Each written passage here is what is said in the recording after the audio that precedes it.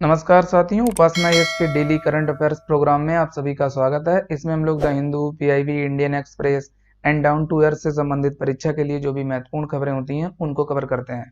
तो साथियों, यदि आप हमारे चैनल पर नए व्यूअर हैं तो सबसे पहले चैनल को सब्सक्राइब कर लीजिए।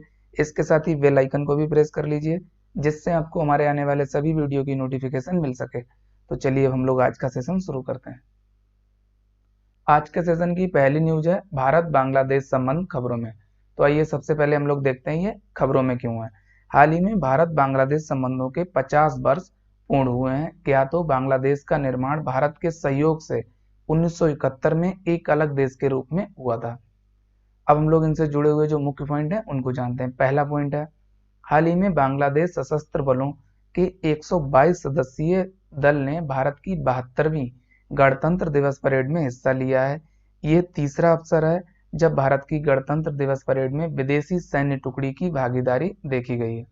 सेकंड पॉइंट, दिसंबर 1971 में बांग्लादेश के स्वतंत्र अस्तित्व को मान्यता देने और बांग्लादेश के साथ राजनयिक संबंध स्थापित करने वाले देशों में भारत पहला देश था। थर्ड पॉइंट, भारत और बांग्लादेश 54 नदियां साझा करते हैं, यानी 54 रिवर्स ये साझा करते हैं। फोर्थ पॉइंट है, भारत और बांग्लादेश एक दूसरे के साथ 4096.7 किलोमीटर लंबी सीमा साझा करते हैं। ये बाउंड्री भी आपको याद रखनी है। पांचवा पॉइंट, दोनों देशों की सेनाओं के मध्य संप्रीति अभ्यास और मिलान अभ्यास जैसे संयुक्त अभ्यासों का संचालन किया जाता है। तो ये अच्छे से आपको याद रखने हैं, ये काफी महत्वपूर्ण अभ्यास हैं, संप्रीति अभ्यास और मिलान अभ्यास।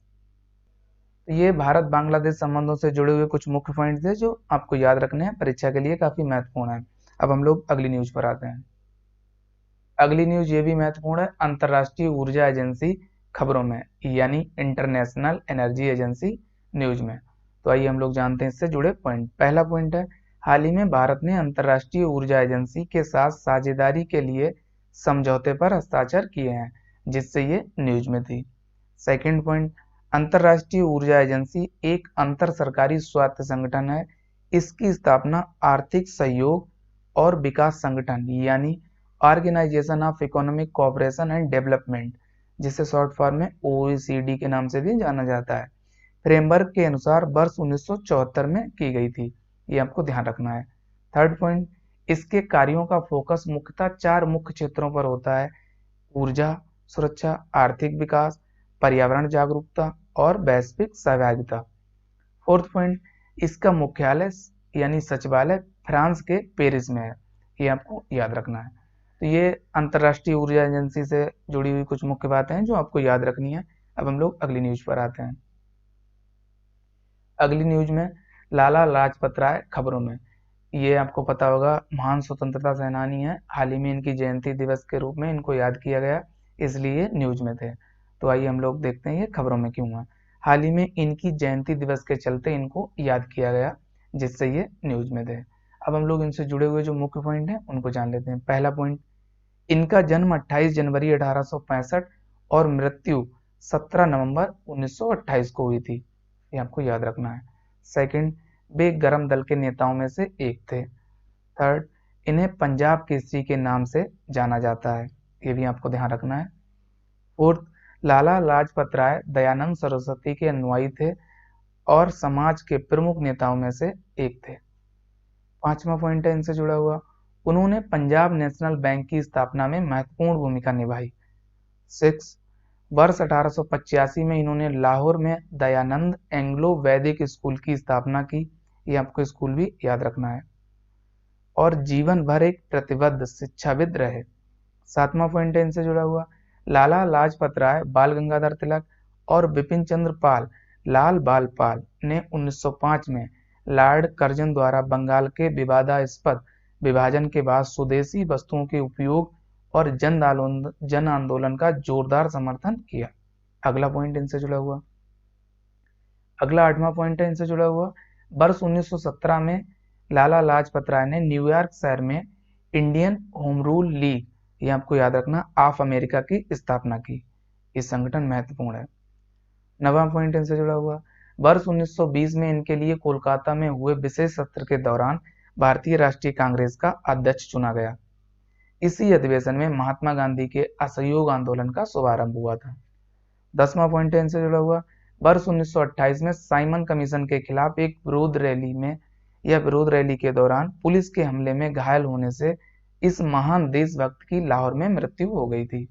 11वां पॉइंट जो अंतिम है, इनकी महत्वपूर्ण रचनाएं या कृतियों में शामिल है the Arya Samaj, young India, Bharat का इंग्लैंड पर कर्ज, जापान का विकास, India's bill to freedom, Bhagavad Gita का संदेश, भारत का राजनीतिक भविष्य, भारत में राष्ट्रीय शिक्षा की समस्या, द डिप्रेस्ड क्लासेस और यात्रा वृतांत, यूनाइटेड स्टेट ऑफ अमेरिका। तो ये इनकी कुछ महान रचनाएं हैं जो आपको याद रखनी है, परीक्षा के लिए महत्वपूर्ण है। तो ये लाला लाजपत राय से जुड़ी हुई कुछ मुख्य बातें थी जो आपको याद रखनी है, परीक्षा के लिए महत्वपूर्ण है। अब हम लोग अगली न्यूज पर आते हैं। अगली न्यूज ये भी महत्वपूर्ण है, इन्वेस्टमेंट ट्रेंड्स मॉनिटर रिपोर्ट खबरों में। तो आइए हम लोग जानते हैं इससे जुड़े पॉइंट। पहला पॉइंट है, इसे व्यापार और विकास पर संयुक्त राष्ट्र सम्मेलन यानी अंकटाड, जिसे इंग्लिश में United nation conference on trade and development द्वारा जारी किया जाता है। तो परीक्षा के लिए आपको यह संगठन याद रखना है जिसके द्वारा इसे जारी किया जाता है। इसको आप यूट्यूब पर प्लेलिस्ट बनी हुई है, वहां से इंटरनेशनल ऑर्गेनाइजेशन के नाम से, वहां से जाकर आप इसको देख सकते हैं, ये महत्वपूर्ण है। सेकंड, इस रिपोर्ट के अनुसार वर्ष 2020 में वैश्विक विदेशी प्रत्यक्ष निवेश वर्ष 2019 के 1.5 ट्रिलियन अमेरिकी डॉलर से 42% गिरकर लगभग 859 बिलियन अमेरिकी डॉलर रह गया है। थर्ड पॉइंट, भारत ने एफडीआई में 13% की वृद्धि दर्ज की है, जो विश्व के प्रमुख देशों में सबसे अधिक है। वर्ष 2020 में विदेशी प्रत्यक्ष निवेश अंतर प्रवाह में चीन ने 4% की वृद्धि की है। चौथा, चीन 163 बिलियन डॉलर के विदेशी प्रत्यक्ष निवेश के साथ सबसे आगे रहा, जबकि भारत के लिए एफडीआई अंतर प्रवाह 57 बिलियन डॉलर था। ये इन्वेस्टमेंट ट्रेंड्स मॉनिटर रिपोर्ट से जुड़े हुए कुछ मुख्य पॉइंट हैं जो आपको याद रखने हैं। अब हम लोग अगली न्यूज पर आते हैं। अगली न्यूज ग्रीन टैक्स खबरों में। तो आइए सबसे पहले हम लोग जानते हैं ये खबरों में क्यों है। हाल ही में केंद्र सरकार ने प्रदूषण फैलाने वाले वाहनों के उपयोग को रोकने और देश में प्रदूषण की समस्या के समाधान के लिए पुराने वाहनों पर हरित कर यानी ग्रीन टैक्स लगाने की घोषणा की है, जिससे ये न्यूज में था।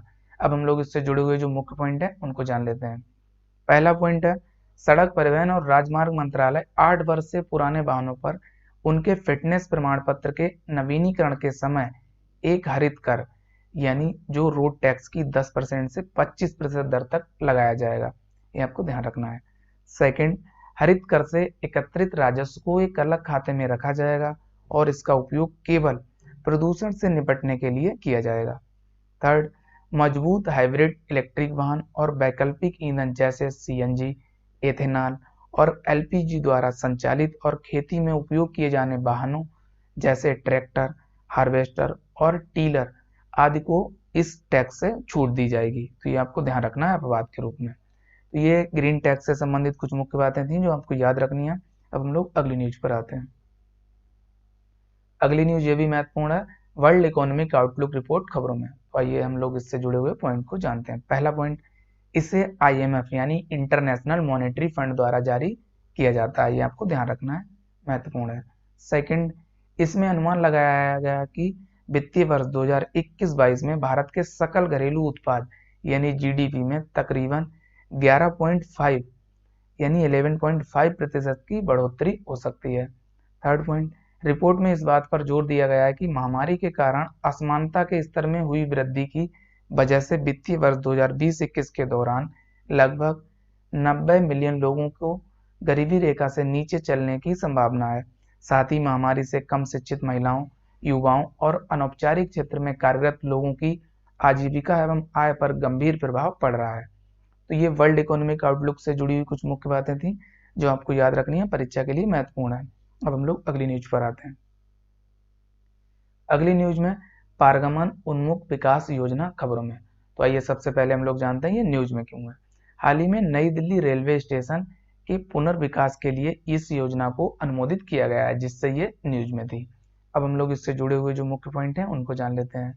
पहला पॉइंट है, ये योजना रेल भूमि विकास प्राधिकरण द्वारा अनुमोदित है, जो रेल मंत्रालय के अधीन एक वैधानिक निकाय है। इस प्राधिकरण का कार्य खाली पड़ी रेलवे भूमि पर विकास कार्य करना है। सेकंड, पारगमन उन्मुख विकास का आशय भूमि उपयोग और परिवहन की योजना को एकीकृत करना है। थर्ड, इसका उद्देश्य यानी पारगमन उन्मुख विकास, जिसको आप TOD कहते हैं, अत्यधिक जनसंख्या घनत्व वाले शहरों को योजनाबद्ध तरीके से धारणीय शहरी विकास केंद्रों के रूप में विकसित करना है। फोर्थ पॉइंट, तेजी से बढ़ती जनसंख्या, शहरीकरण, शहरों में प्रवास और यातायात संबंधी भीड़ आदि जैसे कारकों के कारण इसकी आवश्यकता अधिक है, यानी पारगमन उन्मुख विकास की। ये पारगमन उन्मुख विकास योजना से संबंधित कुछ मुख्य पॉइंट थे जो हमको याद रखने हैं, परीक्षा के लिए महत्वपूर्ण है। अब हम लोग अगली न्यूज पर आते हैं। अगली न्यूज में है आधार क्षरण और लाभ स्थानांतरण कार्यक्रम, यानी बेस इरोजन प्रॉफिट शिफ्टिंग। ये महत्वपूर्ण है, खबरों में है, आइए हम लोग जानते हैं। पहला पॉइंट है इसमें, डिजिटल कंपनियों की आर्थिक गतिविधियों पर लागू करने हेतु अंतर्राष्ट्रीय कर कानून में सुधार के एजेंडे को औपचारिक रूप से मजबूत बनाने के उद्देश्य से आर्थिक सहयोग एवं विकास संगठन यानी Economic Cooperation and Development OECD द्वारा base erosion and profit shifting programme को लाया गया। ये आपको ध्यान रखना है, इसे OECD द्वारा लाया गया है। सेकंड, BEPS का तात्पर्य ऐसी कर परिवर्जन रणनीतियों से है जिनके तहत कंपनियां कर नियमों में अंतर और विसंगतियों का लाभ उठाकर अपने लाभ को किसी ऐसे स्थान या क्षेत्र में हस्तांतरित कर देती हैं जहां या तो टैक्स होता ही नहीं है और यदि होता भी है तो बहुत कम अथवा नाम मात्र का। तो ये एक तरीके से टैक्स बचाने का तरीका है, आपको याद रखना है। उसी के लिए इस प्रोग्राम को लाया गया है कि जो कंपनियां हैं वो टैक्स को अवॉइड ना कर पाए। तो ये BEPS से संबंधित कुछ मुख्य पॉइंट्स हैं जो आपको याद रखने हैं, परीक्षा के लिए महत्वपूर्ण है। अब हम लोग अगली न्यूज पर आते हैं। अगली न्यूज है अंतर्राष्ट्रीय कस्टम दिवस खबरों में। तो आइए हम लोग जानते हैं इससे जुड़े पॉइंट। पहला पॉइंट है 26 जनवरी 2021 को विश्व भर में अंतर्राष्ट्रीय कस्टम दिवस का आयोजन किया गया है, जिससे ये न्यूज में था। ये आपको डेट भी याद रखनी है। सेकंड, इस वर्ष इस दिवस की थीम एक टिकाऊ आपूर्ति श्रृंखला के लिए सीमा शुल्क वसूली में तेजी, नवीकरण और लचीलापन थी। ये थीम आपको याद रखनी है, परीक्षा के लिए महत्वपूर्ण है। थर्ड, ये दिवस विश्व भर की सीमाओं पर वस्तु और माल के प्रवाह की देखभाल के कार्य के लिए कस्टम अधिकारियों और एजेंसियों को सम्मानित करता है। ये अंतर्राष्ट्रीय कस्टम दिवस से जुड़े हुए कुछ मुख्य पॉइंट हैं जो आपको याद रखने हैं, परीक्षा के लिए महत्वपूर्ण है। अब हम लोग अगली न्यूज पर आते हैं। अगली न्यूज है वर्चुअल इंटेलिजेंस टूल तेजस खबरों में। तो आइए हम लोग जानते हैं इससे जुड़े पॉइंट। पहला point, national informatics centre services incorporated की स्थापना के 25 वर्ष पूरे होने के अवसर पर आयोजित कार्यक्रम में केंद्रीय मंत्री रविशंकर प्रसाद द्वारा तेजस नाम से एक वर्चुअल इंटेलिजेंस टूल लॉन्च किया गया है, जो कि नागरिकों को नीतिगत निर्णयों और सरकारी सेवाओं एवं उनके वितरण से जुड़ी दक्षता यानी एफिशिएंसी में सुधार के उद्देश्य से सार्थक जानकारी जुटाने के लिए उपलब्ध डेटा के माध्यम से महत्वपूर्ण जानकारी प्राप्त करने में मदद करेगा। तो ये आपको ध्यान रखना है। Second, national informatics centre services incorporated राष्ट्रीय सूचना विज्ञान केंद्र यानी NIC के अधीन सार्वजनिक क्षेत्र का एक उपक्रम है। इसका प्राथमिक कार्य केंद्र एवं राज्य सरकारों और देश भर के अन्य सार्वजनिक उपक्रमों को ई-गवर्नेंस से जुड़ी परियोजनाओं के लिए एंड टू एंड IT समाधान प्रदान करना है। तो ये आपको याद रखना है वर्चुअल इंटेलिजेंस टूल तेजस के बारे में। अब हम लोग अगली न्यूज पर आते हैं। अगली न्यूज है पद्म पुरस्कार 2021 खबरों में। तो आइए सबसे पहले हम लोग जानते हैं ये न्यूज में क्यों है, यानी खबरों में। हाल ही में 72वें गणतंत्र दिवस के अवसर पर वर्ष 2021 के लिए पद्म पुरस्कारों की घोषणा की गई है, जिससे ये पुरस्कार न्यूज में थे। अब हम लोग इनसे जुड़े हुए जो मुख्य पॉइंट है उनको जान लेते हैं। पहला पॉइंट है, इस वर्ष कुल 119 पद्म पुरस्कार प्रदान किए गए हैं। ये नंबर आपको याद रखना है, महत्वपूर्ण है, जिनमें 7 पद्म विभूषण, 10 पद्म भूषण और 102 पद्मश्री शामिल हैं। सेकंड, ये पुरस्कार उन सभी क्षेत्रों की गतिविधियों या विषयों में उपलब्धियों को सम्मानित करने का प्रयास करता है जिसमें सार्वजनिक सेवा का भाव शामिल होता है। थर्ड पॉइंट, भारत में पद्म पुरस्कारों की घोषणा प्रतिवर्ष गणतंत्र दिवस यानी 26 जनवरी के अवसर पर की जाती है। फोर्थ पॉइंट, 1954 में स्थापित ये पुरस्कार भारत के सर्वोच्च नागरिक सम्मानों में से एक है। पांचवा, ये पुरस्कार 3 श्रेणियों में दिए जाते हैं। पहली श्रेणी है पद्म विभूषण, दूसरी श्रेणी है पद्म भूषण, तीसरी है यानी सी पद्मश्री। छठा पॉइंट है पद्म विभूषण पद्म पुरस्कारों के पदानुक्रम में सर्वोच्च सम्मान है। इसके बाद पद्म भूषण और फिर पद्मश्री। ये आपको क्रम भी याद रखना है। सबसे पहले है पद्म विभूषण, फिर उसके बाद पद्म भूषण, फिर उसके बाद पद्मश्री। ये क्रम आपको याद रखना है, परीक्षा के लिए महत्वपूर्ण है। तो ये पद्म पुरस्कार 2021 से संबंधित कुछ मुख्य पॉइंट थे जो आपको याद रखने हैं। अब हम लोग परीक्षा संबंधी तथ्यों पर नजर डालते हैं। पहला है कोरोना वायरस महामारी से निपटने में आलोचना के चलते इटली के प्रधानमंत्री गुइसेपे कोंटे ने हाल ही में अपने पद से इस्तीफा दे दिया है। ये आपको याद रखने हैं, इटली के प्रधानमंत्री। सेकंड, केंद्रीय गृह मंत्री अमित शाह ने हाल ही में केंद्रीय सशस्त्र पुलिस बलों यानी CAPFS के कर्मियों और उनके परिवारजनों के लिए आयुष्मान CAPF योजना की शुरुआत की है। ये योजना असम के गुवाहाटी में CAPF समूह केंद्र में शुरू की गई है। ये आपको ध्यान रखना है। थर्ड, अंतर्राष्ट्रीय प्रलय स्मरण दिवस 27 जनवरी को मनाया जाता है। फोर्थ, हाल ही में पुर्तगाल के आम चुनाव में मार्केलो रेबेलो डी सुजा जीत दर्ज कर दूसरी बार देश के राष्ट्रपति बन गए हैं, यानी यहाँ पे लिख लीजिए जीत दर्ज कर। पांचवा, संयुक्त राष्ट्र द्वारा कैलेंडर वर्ष 2021 में भारत की आर्थिक वृद्धि 7.3% रहने का अनुमान लगाया गया है। 6 है जो लास्ट तथ्य है, जर्मन बाज के ग्लोबल क्लाइमेट रिस्क इंडेक्स 2021 में भारत को 7वें स्थान पर रखा गया है। तो ये परीक्षा संबंधी कुछ तथ्य थे जो आपको याद रखने महत्वपूर्ण है। अब हम लोग प्रश्नों पर नजर डालते हैं। तो प्रश्नों की शुरुआत हम लोग पिछले अभ्यास प्रश्न से करते हैं। पिछले अभ्यास प्रश्न में आपसे पूछा गया था कि हाल ही में अमेरिका में बाइडेन प्रशासन ने किस भारतवंशी को chief of defence chief of staff के पद पर नियुक्त किया है। आपको ऑप्शन दिए गए थे। A option Prem Sehgal, B Tarak Shah, C Tej Shah, D इनमें से कोई नहीं। तो इसका सही जवाब है बी ऑप्शन यानी तारक शाह। अगला आज का सवाल है सवाल नंबर 1। हाल ही में अंतर्राष्ट्रीय प्रलय स्मरण दिवस कब मनाया जाता है।